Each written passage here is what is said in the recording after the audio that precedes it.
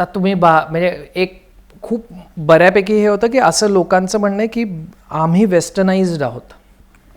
Okay की आम्ही पाश्चात्य संस्कृती. असा एक माझ्यावर विनोद सुद्धा आहे, कारण विनोदानेच मला उत्तर देता येतं की मला लोक जेव्हा म्हणतात तू पाश्चात्य संस्कृतीच्या नादाला लागल्या, तेव्हा मी म्हणतो नाही, पाश्चात्य संस्कृती माझ्या नादाला लागली, त्यामुळेच पॉला इकडे शिफ्ट झाले. हो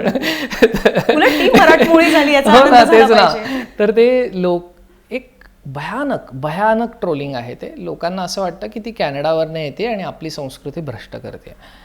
एक मराठी उद्योजक नाही आहे ज्यांनी आम्हाला साथ दिली. एक मराठी उद्योजक नाही आहे ज्यांनी आम्हाला हे मराठीत करायचं होतं तेव्हा त्यांनी पैसे टाकले. एकदम सोर्सला सांगतो मी. नंतर खूप लोक पुढे आली एकदा भाडीपाचं नाव झाल्यावर. पण एक माणूस नव्हता जेव्हा ज्यांनी हा विचार केला असं करूयात तसं करूयात.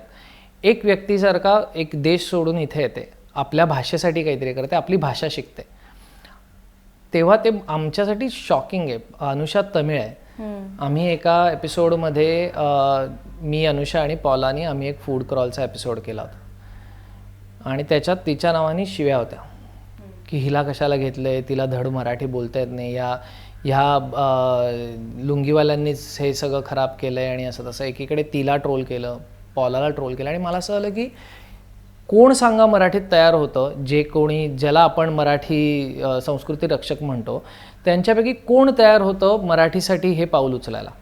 ह्या दोघी, एक जण तमिळ असून सुद्धा हे करते, मराठी शोज लिहिते, पांडू, शांतित क्रांती सगळ्यामध्ये ती को रायटर आहे. एक मुलगी आहे, रिटायर्ड कपलचा पण बरोबर, तर त्याची ती शोरनर आहे.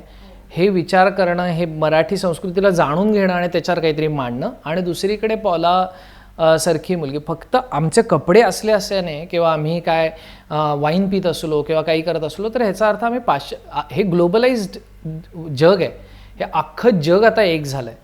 त्यामुळे सगळ्यांचे सगळे इम्पॅक्ट, तुमच्या हातात जे फोन आहेत ते पाश्चात्य संस्कृतीने दिलेले आहेत, त्याच्यामुळे ज्याच्यावरनं तू ट्रोल करतोयस ते सुद्धा आपलं नाही आहे. ते सुद्धा चायनामधला फोन आहे, त्याच्यानंतर अमेरिकन कंपनी ते सोशल मीडिया बनवलेलं आहे.